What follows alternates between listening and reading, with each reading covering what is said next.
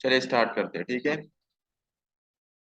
कल हमारा जो लेक्चर था वो इस जगह तक हमने पढ़ा था कि बायो अवेलेबिलिटी, कि बायो अवेलेबिलिटी हमारे पास क्या चीज होती है। What does it mean by bio availability? Bioavailability is the degree to which or the proportion of the drug that is available to the site of action or target tissue to produce the desired effect। ये हमारे पास drug की उस degree, उस proportion का drug कि जो site of action या टारगेट टिश्यू में कितना मतलब अवेलेबल है कि जो अपना डिजायर इफेक्ट शो करे। मैंने आपको बताया भी था कि जो ड्रग हम जिस रूट से एडमिनिस्टर कर ले उससे लेकर अपने वो डिजायरेबल डेस्टिनेशन तक जब पहुंच जाता है कि वो उधर कितना अवेलेबल होता है, तो उसको हम कहते हैं bioavailability of the drug. So मैंने आपको बताया भी था कि सबसे ज्यादा जो बायो अवेलेबिलिटी होती है वो हमारे पास इंट्रावेनस इंट्रावेनस जो रूट है उसका होता है, दैट इज 100%। ओके, क्योंकि उसमें हमारे पास क्या होता है कि उसका बायो अवेलेबिलिटी हमारे पास क्यों ज्यादा है, आप लोगों को पता है किसी को?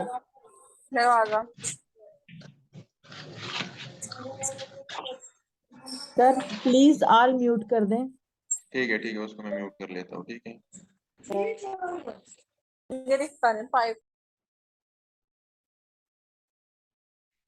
ठीक है, तो हमारे पास जो भी ड्रग हम देते हैं बाई ओरली, तो वो हमारे पास एक मेटाबॉलिज्म के पाथवे से गुजरता है जिसको हम कहते हैं फर्स्ट पास मेटाबॉलिज्म। हमारे पास ये ब्लड स्ट्रीम से जाने से पहले हमारे पास ये एक मेटाबॉलिज्म से गुजरता है जिसको हम कहते हैं फर्स्ट पास मेटाबॉलिज्म, जो कि हमारे पास पोर्टल सर्कुलेशन होता है और ये लिवर में ड्रग जाके उधर मेटाबोलाइज हो जाता है। उसके बाद ये हमारे पास ब्लड में आ जाता है। तो बहुत ज्यादा ड्रग उससे हमारे पास लॉस होता है। तो डिजायर इफेक्ट, डिजायर डेस्टिनेशन तक हमारे पास बहुत ज्यादा कम ड्रग पहुंचता है, जिसकी वजह से उसकी बायो अवेलेबिलिटी बहुत ज्यादा कम हो जाती है। तो हमारे पास ओरल जो रूट है उसकी बायो अवेलेबिलिटी बहुत ज्यादा कम है। क्यों? क्योंकि वहां पर फर्स्ट पास मेटाबॉलिज्म एक बहुत ज्यादा हार्श मेटाबॉलिज्म से वो गुजरता है, तो उसकी वजह से उसकी बायो अवेलेबिलिटी कम होती है। अगर हमें किसी ड्रग का डिजायर इफेक्ट जल्दी टाइम उसकी आनसेट और हमें रैपिड एक्शन चाहिए होता है, तो हम क्या करते हैं, हम उसको डायरेक्ट सबलिंगुअल रूट से लेते हैं। Sublingual mean under the tongue हम डायरेक्ट ड्रग को लेते हैं, जिस तरह नाइट्रोग्लाइसरीन हो गया। हमारे पास और भी बहुत सारे मेडिसिन हैं जो कि एस्पिरिन हो गया, जो कि डायरेक्ट कैपिलरी में जाके हमारे पास ये फर्स्ट पास मेटाबॉलिज्म से बाईपास करके डायरेक्ट ब्लड स्ट्रीम में चला जाता है और हार्श फर्स्ट पास मेटाबॉलिज्म से उसका छुटकारा मिल जाता है। ठीक है, तो उसकी बायो अवेलेबिलिटी फिर ज्यादा हो जाती है इससे। समझ रहे हैं आप? जी सर। ठीक है, अभी हमारे पास एक और टर्मिनोलॉजी आ जाती है जिसको हम कहते हैं half life of the drug. इस ड्रग का हाफ लाइफ कितना है? तो it is the time taken by the plasma concentration of the drug to decrease by 50%। के प्लाज्मा में इस कोई किसी ड्रग का कंसंट्रेशन जब 50% तक पहुंच जाता है, कितने टाइम में पहुंच जाता है, उसको हम कहते हैं half life of the drug. कि इस ड्रग का हाफ लाइफ इतना है कि इतने टाइम में ये प्लाज्मा में जब ब्लड जाता है तो सबसे पहले उसकी एब्जॉर्प्शन होती है, उसके बाद उसकी डिस्ट्रीब्यूशन हो जाती है। ये हमारे पास प्लाज्मा से डायरेक्ट टिश्यू की तरफ जाता है और उसके बाद इसकी मेटाबॉलिज्म हो जाती है और उसके बाद इसकी एक्सक्रीशन हो जाती है। तो प्लाज्मा में कितना टाइम एक ड्रग के लिए रिक्वायर्ड है कि उसकी 50% ऑफ द ड्रग बॉडी से एक्सक्रीट आउट आउट कर जाए और 50% of the drug remain in the body, this is called half life. ठीक है, तो initially if the drug has plasma concentration of 100 mg per ml and after passing 2 hour it reduced to 50 mg per ml। अगर एक drug है हमारे पास और उसकी plasma concentration हमारे पास 100 mg पर ml है, ठीक है, कि 1 ml में हमारे पास 100 mg उसका मौजूद है और 2 घंटे के बाद वो रिड्यूस होकर 50 mg तक आ जाए, तो हम ये कह सकते हैं कि this drug has half life of 2 hour. मतलब ये है कि 2 घंटे के बाद प्लाज्मा में इसका 50% एक्सक्रीट आउट कर चुका है और 50% of the drug remain inside the plasma. So this is called half life of the drug. Understand? ठीक है, अभी हमारे पास एक और टर्मिनोलॉजी आ जाती है जिसको हम कहते हैं biological half life. The time that a living body require to eliminate one half the quantity of administered substance. ये हमारे पास रिलेटेड है ह्यूमन बीइंग के साथ, लिविंग ऑर्गेनिज्म के साथ, जिसमें हमारे पास जानदार भी आ जाते हैं, जिसमें हमारे पास ये काव वगैरह, इसको भी मेडिसिन लोग देते हैं। तो इसका मतलब ये है कि एक लिविंग बॉडी को कितना टाइम रिक्वायर होता है कि वो one half of the quantity of administered substance को बॉडी से एलिमिनेट कर लें, तो इसको हम कहते हैं हाफ लाइफ। ठीक है। तो हम जब किसी मेडिसिन को किसी पेशेंट के लिए हम उसको देते हैं, तो हम सबसे पहले जहन में ये बात रखते हैं कि इस मेडिसिन का हाफ लाइफ कितना है, कि कितने टाइम में ये हमारे पास बॉडी से एक्सक्रीट आउट कर जाता है। तो इसको हम जहन में रखते हैं। क्यों? अगर पेशेंट है, उसको हेपेटोसेलुलर कोई डिजीज है, क्योंकि मेटाबॉलिज्म तो हमारे पास लिवर में होती है। अगर कोई उसको किडनी की कोई डिजीज है, कोई किडनी इंजरी है, और वो किडनी उसके कंप्रोमाइज है, प्रॉपरली उसको बॉडी से एक्सक्रीट आउट नहीं करता, तो हम वो ड्रग देते हैं जिसकी हाफ लाइफ कम हो। क्योंकि अगर हाफ लाइफ ज्यादा हो तो वो बहुत ज्यादा टाइम बॉडी में लेगा और एक्सक्रीट आउट नहीं कर जाएगा। जब एक्सक्रीट आउट नहीं कर जाएगा तो वो क्या बॉडी में रिटेन होगा और टॉक्सिसिटी शो करेगा, और डिजायर इफेक्ट से हमें ज्यादा इफेक्ट देगा। तो ठीक है। तो बायोलॉजिकल हाफ लाइफ मीन कि एक लिविंग ऑर्गेनिज्म के लिए कितना टाइम रिक्वायर होता है कि वो one half the quantity of an administered substance को बॉडी से एक्सक्रीट आउट कर जाए। फिर हमारे पास एक और टर्मिनोलॉजी आ जाती है जिसको हम कहते हैं प्रोफाइलेक्टिक एजेंट। ठीक है।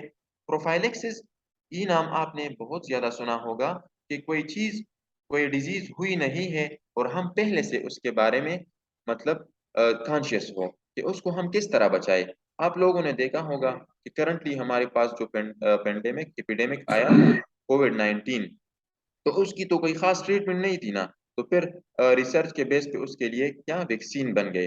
वैक्सीन किस चीज के लिए होते हैं कि is any drug that prevent a disease और इलनेस फ्रॉम अकरिंग। डिजीज हुई नहीं होती है, लेकिन हम उससे पहले उसकी प्रोफाइलेक्सिस और उसको बचाने के लिए हम इम्यून सिस्टम को बूस्ट अप करते हैं, तो उसको हम कहते हैं प्रोफाइलेक्टिक एजेंट।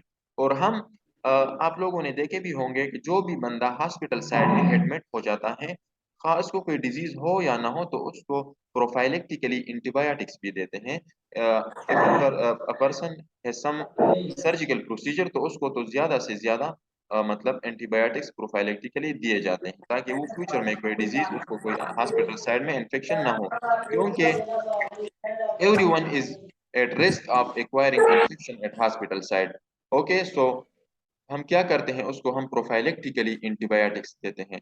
तो समझ रहे हैं अभी तक आप लोग? जी सर जी।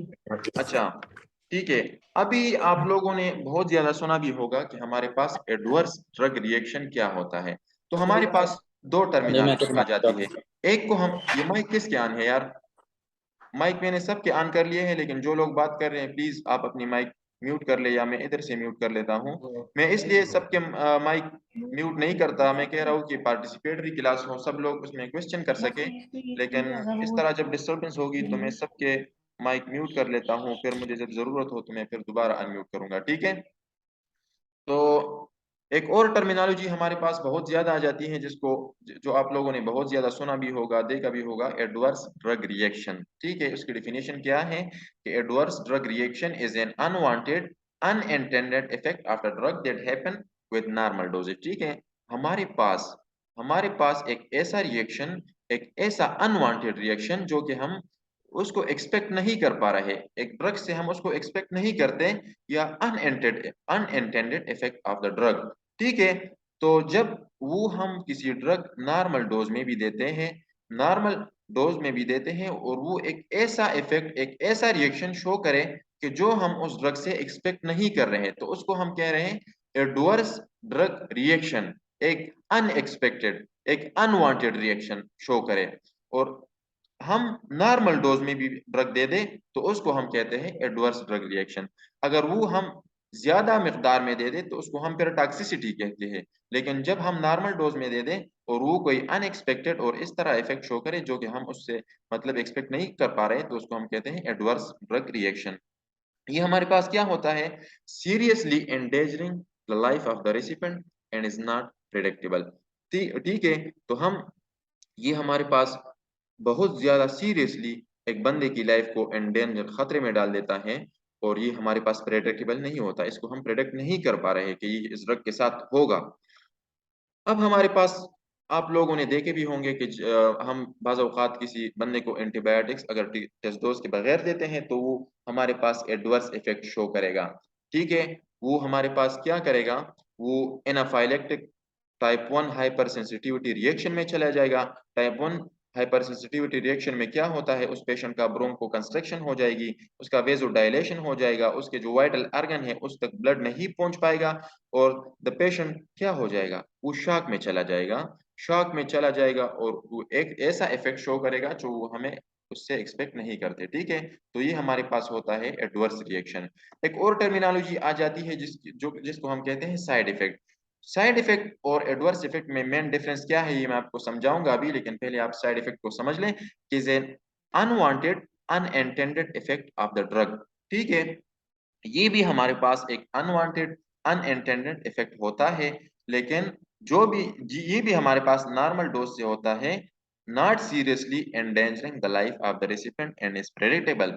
ये हमारे पास लाइफ को इतना खतरे में नहीं डालेगा, नहीं डालता, और ये हमारे पास बेसिकली प्रेडिक्टेबल होता है। मतलब आप समझ लें कि हमारे पास एक ऐसी ऐसे मतलब एंटीबायोटिक्स होते हैं कि जिसके साथ हमारे पास यूरिन का कलर चेंज हो जाता है, स्टूल के स्मेल चेंज हो जाता है, स्टूल के कलर भी मतलब मतलब चेंज हो जाता है।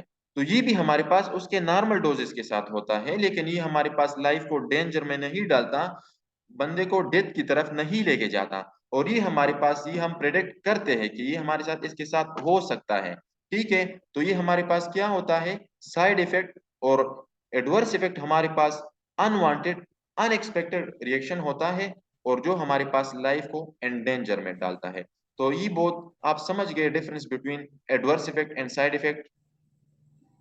Yes, sir. ओके, तो चले हम आगे चलते हैं फिर कि हमारे पास टॉक्सिक इफेक्ट क्या होता है किसी ड्रग का। Toxic effect, drug toxicity occur when a person has accumulated too much of a drug in his bloodstream। जो भी ड्रग हम देते हैं, तो कल मैंने आपको बताया भी था कि हमारे पास ड्रग के लिए एक टर्मिनोलॉजी आ जाती है जिसको हम कहते हैं थेराप्यूटिक इंडेक्स, कि इस ड्रग की सेफ्टी क्या है, किस लेवल तक ये अपना डिजायर इफेक्ट शो करता है, और किस लेवल से ये ज्यादा होकर बॉडी में रिटेन हो जाता है, और उससे ज्यादा मिकदार में ये हमारे पास टॉक्सिसिटी शो करता है। ठीक है, तो ड्रग टॉक्सिसिटी अगर व्हेन अ पर्सन, जब एक बंदा हैज एकामुलेटेड, वो अपने बॉडी में उस ड्रग को एकामुलेट कर जाए, टू मच बहुत ज्यादा। ठीक है, leading to adverse effect on the body, और ये हमारे पास क्या शो करता है, फिर एडवर्स इफेक्ट शो करता है। ड्रग टॉक्सिसिटी में occur when the dose given is too high, या तो हम एक ड्रग को टू मच डोज में दे दे, बहुत ज्यादा हाई डोज में दे दे, और द लिवर और the kidney are unable to remove the drug from the blood stream, या हमारे पास लीवर और किडनी इतने काबिल नहीं हो, और वो पेशेंट हमारे पास किसी लिवर डिजीज में मुब्तला हो या किडनी डिजीज में मुब्तला हो, और वो अनएबल हो, मतलब उस ड्रग को एक्सक्रीट आउट करना या उसको मेटाबोलाइज नहीं कर सकता, तो वो उस ड्रग को ब्लड में रिटेन कर जाता है, इसको एकामुलेट कर जाता है, और क्या हो जाता है कि उसके साथ हम डिजायर इफेक्ट से ज्यादा टॉक्सिक इफेक्ट बॉडी में शो हो जाता है, allowing it to accumulate in the body। हमारे पास जो फार्माकोकाइनेटिक्स है, इसमें हमारे पास 4 स्टेप्स है, absorption, distribution, metabolism and excretion. Metabolism हमारे पास बेसिकली किधर होता है, ये हमारे पास बेसिकली लिवर में होता है, और उसके साथ साथ हमारे पास एक और जगह भी आ जाती है जिसमें ये होता है। तो ये हमारे पास कौन कर लेता है, हमारे पास लिवर में एक एंजाइम होता है जिसको हम कहते हैं साइटोक्रोम P450 सिस्टम। उसमें हमारे पास एक फेज 1 सिस्टम होता है, फेज 1 में हमारे पास एक्सीडेशन, रिडक्शन, और ये होता है हाइड्रोलिसिस होता है। तो मेटाबॉलिज्म में मेनली ये होता है कि ये जो ड्रग हम देते हैं पेशेंट को, ये हमारे पास बहुत ज्यादा लिपिड सॉल्युबल होता है, लिपिड सॉल्युबल हो, तो हम क्या करते हैं मेटाबोलाइज में, ये इसको वाटर सॉल्युबल बना लेते हैं। उस पे कौन कौन से एक्ट करके, उस एक्सीडेशन, रिडक्शन और हाइड्रोलिसिस करके। फिर हमारे पास फेज 2 आ जाता है मेटाबॉलिज्म का। फेज 2 में क्या होता है, कॉन्जुगेशन और वाटर सॉल्युबल जो सब्सटेंस है वो हमारे पास क्या हो जाता है, एक्सक्रीट आउट कर जाता है। मतलब ये है कि हमारे पास ड्रग जो है ना ये लिपिड सॉल्युबल होता है, तो ये जब किडनी की तरफ जाता है उससे एक्सक्रीट आउट नहीं कर जाता, किडनी से ये दोबारा रीएब्जॉर्ब हो जाता है। तो मेटाबॉलिज्म में क्या होता है कि इस पे सबसे पहले तो फेज 1 रिएक्शन आ जाता है, जिसमें हमारे पास 3 type of reaction are involve, oxidation, reduction and hydrolysis. तो ये 3 रिएक्शन इस पे जब हो जाते हैं तो उसको वाटर सॉल्युबल बना लेता है, ठीक है। अगर इससे भी वाटर सॉल्युबल न बन जाए और किडनी से एक्सक्रीट आउट न कर जाए तो ये हमारे पास फेज 2 रिएक्शन में चला जाएगा, जिसमें हमारे पास कॉन्जुगेशन रिएक्शन होता है और ये इसको मजीद वाटर सॉल्युबल बना लेता है और उसके बाद ये हमारे पास किडनी से एक्सक्रीट आउट कर जाता है। तो इसमें बात ये थी कि टॉक्सिक इफेक्ट में जब हमारे पास लीवर या किडनी डिजीज हो और प्रॉपरली मेटाबॉलिज्म और हमारे पास किडनी से एक्सक्रीशन नहीं हो रहा, तो हमारे पास वो ड्रग बॉडी में एकमुलेट कर जाएगा और वो डिजायर इफेक्ट से ज्यादा क्या करेगा, टॉक्सिक इफेक्ट शो करेगा, ठीक है। अभी हमारे पास फार्माकोलॉजी के दो मेन ब्रांचेस है, वन इज फार्मेकोकाइनेटिक्स जिसको हम कल पढ़ भी चुके थे, and another one is pharmacodynamics, ठीक है।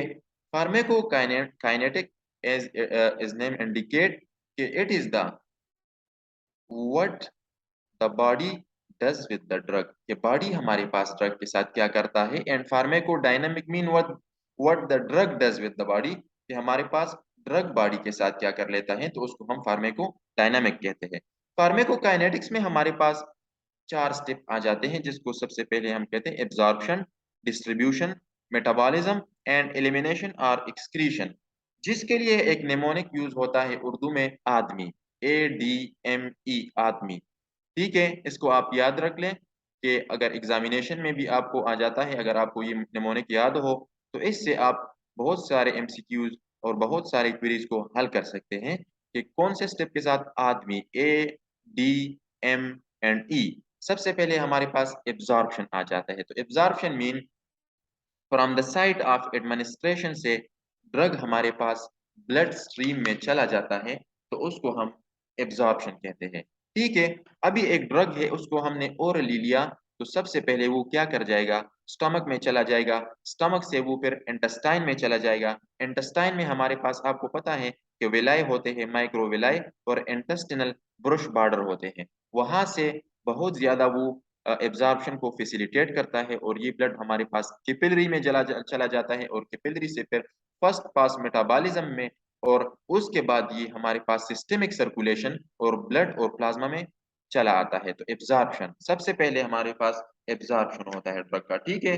तो हमारे पास एब्जॉर्प्शन जो होता है ये हमारे पास किन किन चीजों पे डिपेंड करता है, कि कौन से ऐसे फैक्टर है जो एब्जॉर्प्शन को हमारे पास इफेक्ट करते हैं। हमारे पास बहुत ज्यादा फैक्टर है। Number first one is blood flow to the absorption site, कि हमारे पास जो एब्जॉर्प्शन साइट है उसमें हमारे पास ब्लड फ्लो कितना है। तो सबसे ज्यादा हमारे पास जो इंटेस्टाइन के माइक्रोविलाई है उसमें ब्लड फ्लो बहुत ज्यादा है, 1000 time more than the stomach. तो स्टमक में हमारे पास एब्जॉर्प्शन इतना नहीं होता एज कंपेयर टू इंटेस्टाइन, क्योंकि उसमें हमारे पास ब्लड कंसंट्रेशन बहुत ज्यादा है उस साइड में, तो उस साइड में एब्जॉर्प्शन बहुत ज्यादा होता है, ठीक है। इसके बाद हमारे पास जो दूसरी चीज आ जाती है वो है total service area available for absorption, कि सरफेस एरिया कितना अवेलेबल है हमारे पास एब्जॉर्प्शन के लिए। तो ये भी माइक्रोविलाई और उसमें बहुत ज्यादा सरफेस एरिया मौजूद होता है इंटेस्टिनल ब्रश बॉर्डर में एज कम्पेयर टू स्टमक, और ये भी एब्जॉर्प्शन को फैसिलिटेट करता है, ठीक है। इसके अलावा हमारे पास ये है कि blood flow to the absorption site का मतलब ये है कि ये ब्लड फ्लो उस एब्जॉर्प्शन साइट में कितना वो ज्यादा कर रहा। अगर अगर एक पेशेंट शॉक में है तो इट्स मीन उसका ब्लड फ्लो बहुत ज्यादा कम होता है और उसमें मेडिसिन की एब्जॉर्प्शन बहुत ज्यादा कम होती है, तो उसमें हम पेशेंट को ओरली मेडिसिन नहीं देते क्योंकि उसकी एब्जॉर्प्शन बहुत ज्यादा स्लो हो जाती है। तो हम एब्जॉर्प्शन को बाईपास करके डायरेक्ट उसको IV मेडिसिन देते हैं और उसकी मेडिसिन डायरेक्ट उसकी IV रूट में चला जाके एब्जॉर्प्शन को बाईपास करके डायरेक्ट ब्लड में चले जाते हैं। ठीक है, तो स्टूडेंट्स आप अंडरस्टैंड कर रहे हैं आज की क्लास को कि मैं क्या बोल रहा हूँ? Yes, sir. ओके, जी सर। अभी हमारे पास जो सेकंड आता है फार्माकोकाइनेटिक में, वो है डिस्ट्रीब्यूशन। अभी ड्रग तो हमारे पास ब्लड में आ गया, जो भी ड्रग हमने जिस रूट से भी दिया है ना, तो सबसे पहले वो कहा जाएगा ब्लड स्ट्रीम में आएगा। चाहे वो आपने ओरली दिया हो तो वो जीआईटी से पास होकर, फर्स्ट पास मेटाबॉलिज्म से पास होकर डायरेक्ट ब्लड में आ जाएगा, या अगर आपने आईवी और आईएम भी दिया है तो वो भी हमारे पास ब्लड में आएगा। एब्जॉर्प्शन तो हो गई, ड्रग तो ब्लड में चला गया। उसके बाद क्या होगा? डिस्ट्रीब्यूशन हो जाएगी। डिस्ट्रीब्यूशन का मतलब ये है कि वो ड्रग हमारे पास ब्लड को छोड़कर दोबारा दोबारा सेल और ऑर्गन या टिश्यू की तरफ चला जाएगा, डिस्ट्रीब्यूट हो जाएगा। जहां पर हमें उसका इफेक्ट चाहिए है उधर वो पहुंच जाएगा, डिस्ट्रीब्यूट हो जाएगा। ठीक है, सेकंड स्टेप इज डिस्ट्रीब्यूशन। ठीक है, and the third step is हमारे पास क्या होता है, दैट इज मेटाबॉलिज्म। मेटाबॉलिज्म हमारे पास, जो कि मैंने आपको बताया भी है कि ये हमारे पास लिवर में होता है। लिवर में मेटाबॉलिज्म का मेन मकसद क्या होता है कि ड्रग हमारे पास जो बहुत ज्यादा लिपिड सॉल्युबल हो, हम उसको उसको ब्रेक डाउन करके उसको इस काबिल बना दे, उसको वाटर सॉल्युबल बना दे और उसको बॉडी से बाहर निकालने के लिए तैयार कर ले। तो ये हमारे पास लिवर में एक एंजाइम होते हैं, साइटोक्रोम CYP450, ये एक फैमिली के एंजाइम है जो कि ड्रग पे एक्ट करके उसको वाटर सॉल्युबल बना लेते हैं। उसकी एक फैमिली है। उसके फिर हमारे पास आगे क्लासिफिकेशन आ जाते हैं। बाज ड्रग हमारे पास ड्रग इंड्यूसर होते हैं, बाज हमारे पास उसके इनहिबिटर होते हैं। मतलब ये है कि हम जब दो ड्रग देते हैं और एक हमारे पास इंड्यूसर हो, मतलब ये है कि वो मेटाबॉलिज्म में जाके दूसरे ड्रग को मेटाबॉलिज्म को बढ़ा दे, तो क्या होता है कि वो ड्रग बॉडी से जल्दी जल्दी निकलता है और उसका डिजायर इफेक्ट हमें शो नहीं होता।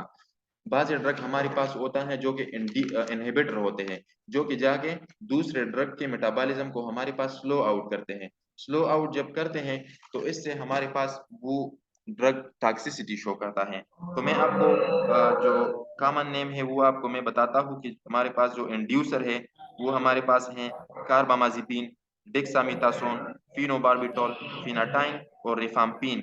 ये हमारे पास इंड्यूसर है। ये हमारे पास दूसरे ड्रग की मेटाबॉलिज्म को ज्यादा करते हैं। ठीक है, और दूसरे हमारे पास ऐसे ड्रग आ जाते हैं जो कि हमारे पास इनहिबिटर होते हैं, तो वो हमारे पास ज्यादा से ड्रग को बॉडी में रिटेन कर जाता है। ठीक है, सो मेटाबॉलिज्म आपको समझ गया कि हमारे पास कौन कौन से फेज में होता है। फेज 1 होता है, दूसरा फेज 2 होता है। फेज 1 में हमारे पास 3 रिएक्शन ड्रग पे हो जाते हैं। First one is oxidation, second one is reduction and third one is hydrolysis. और जब ये वाटर सॉल्युबल नहीं बनता तो ड्रग हमारे पास एक और स्टेज में चला जाता है जिसमें हमारे पास उस पे फेज 2 रिएक्शन शो हो जाता है, लिवर में वो शुरू हो जाता है और ड्रग को मजीद वाटर सॉल्युबल बना लेता है। फोर्थ स्टेप इज हमारे पास एलिमिनेशन।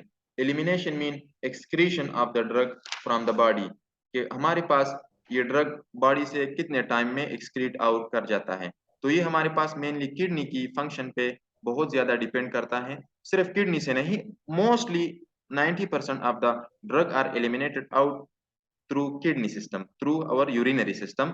लेकिन 30% बहुत कम मकदार में फीसिस और बाइल के थ्रू भी ज्यादा ड्रग जाते हैं। अगर हमारे पास एक किडनी कंप्रोमाइज पेशेंट हो, उसको किडनी डिजीज हो, उसके तो आप क्या करोगे, एक ऐसे ड्रग देखोगे, एक ऐसा डोज एडजस्टमेंट करोगे कि जो कि हमारे पास बाइल के थ्रू बॉडी से निकले, तो हमारे पास बॉडी में फिर रिटेन नहीं कर जाएगा। अगर आप किडनी के पेशेंट में एक ऐसा ड्रग दे दे जो कि किडनी के रास्ते से एक्सक्रीट आउट कर जाता है, तो वो तो प्रॉपरली एक्सक्रीट आउट नहीं कर जाएगा, तो वो ड्रग बॉडी में फिर हमारे पास रिटेन होगा और वो अपना टॉक्सिक इफेक्ट शो करेगा। So these are the 4 steps involved in pharmacokinetics. The first one is absorption, second one is distribution, third one is metabolism and the fourth one is elimination, जो कि हमारे पास उसके लिए नमूनिक यूज होता है आदमी। ठीक है, सेकंड जो हमारे पास आता है that is pharmacodynamic.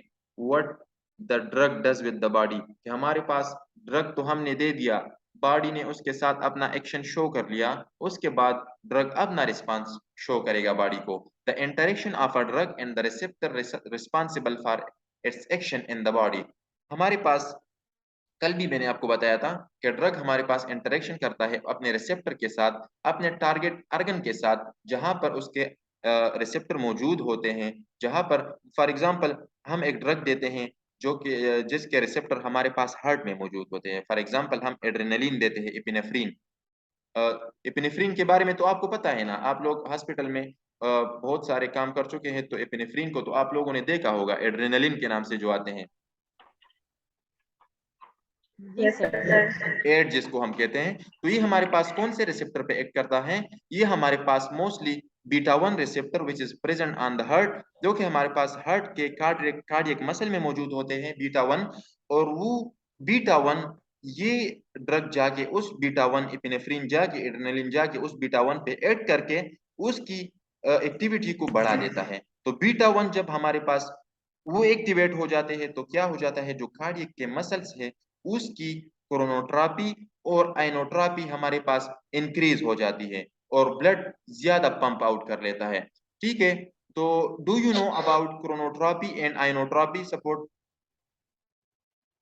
Anyone in the class? No, sir. No, sir. Yes, sir. Please tell मी।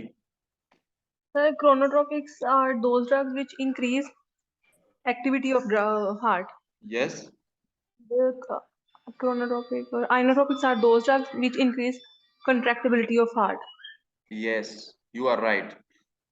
आइनोट्रॉपी और क्रोनोट्रॉपी में मेन डिफरेंस ये है, क्रोनोट्रॉपी हमारे पास हार्ट की रेट को इंक्रीज करता है, कि हमारे पास हार्ट का जो नॉर्मल रेट है वो हमारे पास है 72, मतलब 60 से लेकर 100 तक। तो ये जब रेट को बढ़ा देता है उसको हम कहते हैं क्रोनोट्रॉपी। और आइनोट्रॉपी हमारे पास है, Inotropics are supportive drugs.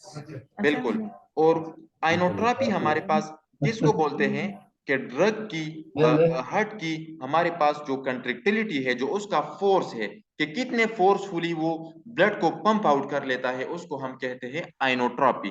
तो हमारे पास जो एड्रेनलिन होता है ये बीटा 1 रिसेप्टर पे एक्ट करके हमारे पास क्या कर लेता है, हार्ट की आइनोट्रॉपी और क्रोनोट्रॉपी दोनों सपोर्ट इंक्रीज करके हमारे पास जो पेशेंट शॉक में होता है, जो पेशेंट जिसका हार्ट कंप्रोमाइज होता है, तो उससे ब्लड को पंप आउट कर लेता है। तो ये मैंने आपको मिसाल इसलिए दिया कि ड्रग हमारे पास रिसेप्टर के साथ बाइंड होकर अपना डिजायर इफेक्ट शो करता है। तो this is called pharmacodynamic, what the drug does with the body.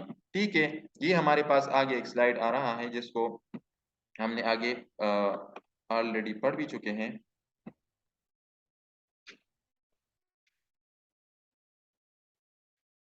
अच्छा, ये है life cycle of drug, absorption, distribution, degradation, metabolism को हम डिग्रेडेशन भी कहते हैं, और लास्ट इज एक्सक्रीशन। ये फार्मेकोकाइनेटिक्स हैं। ठीक है, अभी हमारे पास रूट्स आ जाते हैं मेडिसिन के, कि कौन कौन से रूट से हम मेडिसिन दे सकते हैं या कोई ड्रग दे सकते हैं। तो हमारे पास कुछ रूट्स है जो कि बहुत ज्यादा स्लोली मेडिसिन को एब्जॉर्ब कर लेते हैं, और कुछ रूट्स है जो कि बहुत ज्यादा फास्टली हमारे पास मेडिसिन को एब्जॉर्ब कर लेते हैं। ठीक है, तो हमारे पास कौन कौन से रूट्स आ जाते हैं? The first one is enteral. Enteral mean through mouth. Through mouth जो हम देते हैं उसको हम कहते हैं एंटेरल। और इसके अलावा हमारे पास आ जाते हैं पेरेंट्रल, पार एंटेरल। एंटेरल के अलावा जो होता है पार एंटेरल, उसको हम कहते हैं पेरेंट्रल, जो कि हमारे पास आईवी होता है, आईएम होता है, सबकुटेनियस होता है, इंट्राडर्मली हो सकता है, ट्रांसडर्मली हो सकता है, और रेक्टली भी हो सकता है। ये हमारे पास पार एंटेरल है, और जो कि हम ओरली देते हैं उसको हम एंटेरल कहते हैं। ठीक है, तो हमारे पास हर एक रूट की फिर अपनी एब्जॉर्प्शन रेट है और अपनी अपनी कैरेक्टरिस्टिक है। तो स्लोली एब्जॉर्प्शन हमारे पास कौन कौन से रूट की है? ओरली। ओरली जब हम मेडिसिन देते हैं तो ये हमारे पास अपना जो डिजायर इफेक्ट शो करता है, क्योंकि इसको जाके स्टमक में जाना होता है, उसके बाद फर्स्ट पास मेटाबॉलिज्म से इसको पास होना होता है, उसके बाद ही सिस्टमिक सर्कुलेशन में आ जाता है। तो this is a very slow absorption route orally जो हमारे पास सॉल्व होते हैं। ठीक है, और हमारे पास आ जाते हैं through mucus membrane. Oral mucosa में जब हम देते हैं सबलिंगुअली, नाइट्रोग्लाइसरीन रखते हैं, एस्पिरिन रखते हैं, तो ये भी हमारे पास स्लो है, लेकिन एज कम्पेयर टू ओरली ये हमारे पास थोड़े तेज होते हैं, क्योंकि ये हमारे पास डायरेक्ट जो हमारे पास बकल म्यूकोजा है, इसके जो कैपिलरी है उसमें डायरेक्ट कैपिलरी में जाके सिस्टमिक सर्कुलेशन में पहुंच जाते हैं। आप लोगों ने देखे भी होंगे कि जो पेशेंट हाइपरटेंसिव हो और हाइपरटेंसिव क्राइसिस में हो तो नाइट्रोग्लिसरीन सबलिंगुअली हम उसको देते हैं और वो उसको डायरेक्ट इफेक्ट शो करता है, ठीक है। और एक मेडिसिन नेजल म्यूकोजा से भी हम देते हैं, नेजल म्यूकोजा में रख के हमारे पास आप लोगों ने देखे भी होंगे, बहुत ज्यादा देते हैं हॉस्पिटल सेटअप में। फिर हमारे पास आ जाते हैं टॉपिकल, जो कि हम लोकल इफेक्ट हमें चाहिए होता है, ट्रांसडर्मल पेच हम लगाते हैं डर्मल पे, ठीक है, एक पेच लगाते हैं जो कि फैमिली प्लानिंग वगैरह में यूज होते हैं, डीपो प्रोवेरा वगैरह। इसके अलावा हम पेच इंसुलिन के भी लगा सकते हैं, स्कोपालामिन एंटीवोमिटिंग ड्रग है, तो उसको हम क्या करते हैं, उसके डर्मस पे हम एक पेच लगा लेते हैं और इससे आहिस्ता आहिस्ता ड्रग उसके सिस्टमिक सर्कुलेशन में चला जाता है। The fourth slow absorption route is रेक्टली।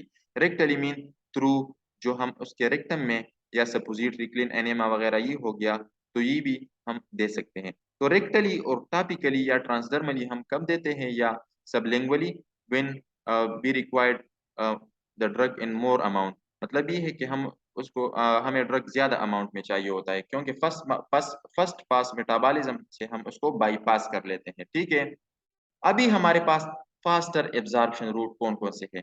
पार इंटेरल, जो कि मैंने आपको बताया कि इंटेरल के अलावा जो भी होता है माउथ के अलावा उसको हम कहते हैं पार इंटेरल, जो कि हम इंजेक्शन के जरिए देते हैं। Number first one is intravenous, and this is the most, इसका रिस्पांस बहुत ज्यादा रैपिड होता है, इसके ऑनसेट भी बहुत ज्यादा कम टाइम में होता है, और इसकी बायो अवेलेबिलिटी भी 100 टाइम है, और उसके साइड इफेक्ट भी बहुत ज्यादा जल्दी शो होते हैं, क्योंकि आप डायरेक्ट सिस्टमिक सर्कुलेशन में उस ड्रग को इंजेक्ट आउट कर देते हैं, तो उसके साइड इफेक्ट भी बहुत ज्यादा जल्दी शो हो जाते हैं। सेकंड वन इज इंट्रामस्कुलर, जो कि आप आईजीबी दे सकते हैं या आईएम डेल्टाइड मसल में देते हैं। इसके अलावा सबकट जो आप मेडिसिन लगाते हैं, जिस तरह इंसुलिन हो गया, इस तरह हमारे पास जो कि कार्डियक सेटअप में एनॉक्सिपरीन, वो हमारे पास यूज होते हैं सबकुटिनियस। अभी हमारे पास एक और टर्मिनोलॉजी आ जाती है इंट्रा पेरिटोनियल। पेरिटोनियल मतलब ये है, पेरिटोनियम जो कि हमारे पास स्टमक की एक मेम्ब्रेन है, स्टमक की नहीं सॉरी, एब्डोमेन की, उसमें भी आप दे सकते हैं पेरिटोनियम, ठीक है। फिर हमारे पास आ जाती है इनहेल्ड थ्रू लंग्स, हमारे पास जो एटीएम क्लिनिल वगैरह हॉस्पिटल सेटअप में आ जाते हैं। इसके अलावा बहुत सारे नेबुलाइजेशन वगैरह जो लोग हम कर लेते हैं, उसको थ्रू लंग्स वो इनहेल करते हैं, तो उसके भी बहुत ज्यादा फास्ट रेट ऑफ एब्जॉर्प्शन है। And the fastest fastest absorption rate जो कि सबसे ज्यादा हमारे पास होता है, वो इनहेल्ड इनहेल्ड जो मेडिसिन होते हैं उसके हमारे पास आ जाते हैं। इसी जगह में स्टूडेंट में आप लोगों से एक क्वेश्चन कर लेता हूँ कि किस तरह हम एक मेडिसिन को देते हैं इनहेल और वो अपना एक्शन शो कर लेता है। एक जनरल सी क्वेश्चन है, आप इसकी जवाब मुझे दे दें कि किस तरह हम एक मेडिसिन को इनहेल करते हैं और वो अपना इफेक्ट शो कर, ठीक है, वो तो चले, हम एक मेडिसिन को आईवी देते हैं तो वो तो सिस्टमिक सर्कुलेशन में चला जाता है ना, तो ये इनहेल किस तरह अपना इफेक्ट शो कर लेता है? ठीक है, प्लीज आंसर। सर क्योंकि लंग्स सर में नेबुलाइज करेंगे। जी एल्वेलाई और कैपिलरीज ज्यादा हैं, जिसकी जी जी, वजह तो से एब्जॉर्प्शन तो फास्ट है। किस तरह चला जाता है? क्योंकि वो डायरेक्ट हार्ट में जाता है जी बिल्कुल, लंग्स से। बिल्कुल बिल्कुल you are lungs right, heart क्योंकि को हमारे पुश पास करता है। इस तरह, बिल्कुल यू आर राइट, हमारे पास लंग्स में भी अल्वेओलाई होते हैं, उधर भी कैपिलरी मेम्ब्रेन वो होती हैं, तो उससे डिफ्यूजन के जरिए वो डायरेक्ट कैपिलरी अल्वेओलाई से वो आर्टरीज में चले जाते हैं और वो डायरेक्ट सर्कुलेशन में चले जाते हैं। इस तरह ये मैकेनिज्म स्मोकिंग का भी है कि एक बंदा स्मोकिंग कर लेता है तो डायरेक्ट वो लंग्स में जाके अल्वेओलाई से डायरेक्ट आर्टरी या कैपिलरी में डिफ्यूज आउट करके उसके डायरेक्ट जाके ब्रेन में और उधर एक्ट कर लेता है और बंदा डायरेक्ट एडिक्ट उससे हो जाता है, ठीक है। तो this is the mechanism of how inhaled medicine act. इसके बाद हमारे पास आ जाते हैं, इस सेशन के बहुत ज्यादा कम टाइम बाकी है तो हम एक दूसरा सेशन भी बना लेंगे। फास्टेस्ट एब्जॉर्प्शन अभी हमारे पास कौन से रूट का है? Directly into the brain. अभी हमारे पास एक ऐसे मेडिसिन भी है जिसको हम डायरेक्टली ब्रेन में देते हैं, intra cerebral into the brain tissue में हम डायरेक्ट इंजेक्ट कर लेते हैं, और ये हमारे पास न्यूरोलॉजी सेटअप में होता है, न्यूरोसर्जरी सेटअप में, जो कि हम आम सेटअप में नहीं हो सकता, क्योंकि ब्रेन हमारे पास एक बहुत ज्यादा सेंसिटिव टिश्यू होता है और उसको डैमेज कर ले। और आपको ये भी पता होगा कि न्यूरॉन और ये हमारे पास एक ऐसे सेल्स है जो कि दोबारा रीजनरेट नहीं हो सकते, तो उसकी बहुत केयर करनी पड़ेगी। तो डायरेक्ट ब्रेन टिश्यू में जो इंजेक्शन देते हैं उसको इंट्रासेरेब्रल कहते हैं, और ये हम कब देते हैं? जब हमारे पास एक ऐसा ड्रग हो जो कि हमारे पास ब्लड ब्रेन बैरियर को पास नहीं कर सकता। हमारे पास एक बैरियर होता है ब्रेन के इर्द गिर्द, जिसको हम कहते हैं ब्लड ब्रेन बैरियर, और ज्यादातर मेडिकेशन जो है ना वो अपना इफेक्ट शो करने में हम ये भी देखते हैं कि क्या ये ड्रग ब्लड ब्रेन बैरियर जो है ये क्रॉस करता है कि नहीं। जब अभी अगर एक पेशेंट को मेनिंजाइटिस हो गया है, आप इसको सिफ्ट्रेक्सोन देते हो, तो आप सबसे पहले ये देखते हैं कि ये drug blood brain barrier cross कर सकता है कि नहीं, क्रॉस कर सकता है कि नहीं, उस तक पहुंच सकता है कि नहीं। ठीक है, अगर वो पास नहीं कर सकता तो वो जाके उधर अपना डिजायर इफेक्ट शो नहीं करेगा। ठीक है, अभी हमारे पास एक और रूट आ जाता है जिसको हम कहते हैं एंट्रा सेरेब्रो वेंट्रिकुलर। आपको पता है कि हमारे पास ब्रेन में वेंट्रिकल होते हैं जिससे हमारे पास सेरेब्रोस्पाइनल फ्लूइड पैदा होते हैं, वहां पर उसकी प्रोडक्शन होती है। तो एन टू ब्रेन वेंट्रिकल में भी पास एक ऐसे किस्म के इंजेक्शन है जो कि आप उधर भी दे सकते हैं। The faster the absorption the quicker the answer. हमारे पास जिस रूट का जितना भी एब्जॉर्प्शन रेट्स फास्टर होगा, इतना उसका आंसर, आंसर का मतलब ये है कि जो मेडिसिन आप देते हैं उससे लेकर उस टाइम तक जिस टाइम तक वो इफेक्ट शो करते हैं तो उसको हम कहते हैं आंसर ऑफ द ड्रग, तो उतना उसका आंसर भी क्विक होगा। हायर द एडिक्टिवनेस, इससे सबसे ज्यादा पेशेंट एडिक्ट भी होगा। जिस तरह ट्रामाल ग्रेविनेट है वो बहुत ज्यादा ब्रेन मतलब ब्लड ब्रेन बैरियर को क्रॉस करता है, तो उसकी एडिक्टिवनेस भी हाई होगी, but the shorter the duration, और उसका ड्यूरेशन हमारे साथ बहुत ज्यादा कम होगा। तो ये एक प्रिंसिपल है कि जितना एक रूट का एब्जॉर्प्शन रेट हमारे पास फास्ट होगा उतना उस